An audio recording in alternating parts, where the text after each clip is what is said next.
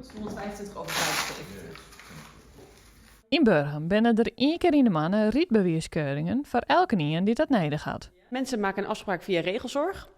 En dan komen ze bij mij terecht en dan keur ik deze mensen. En wat we keuren is onder andere bloeddruk, zicht. We testen de urine en we hebben een 10-tal vragen.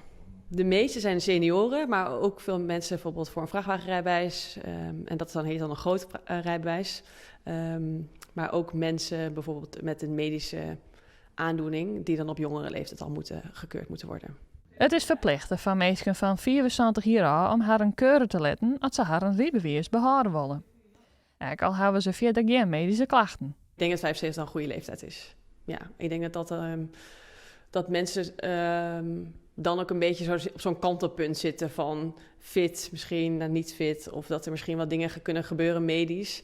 Ik denk dat dat wel een belangrijk iets is, of een belangrijke leeftijd dan is om als afkappunt te nemen.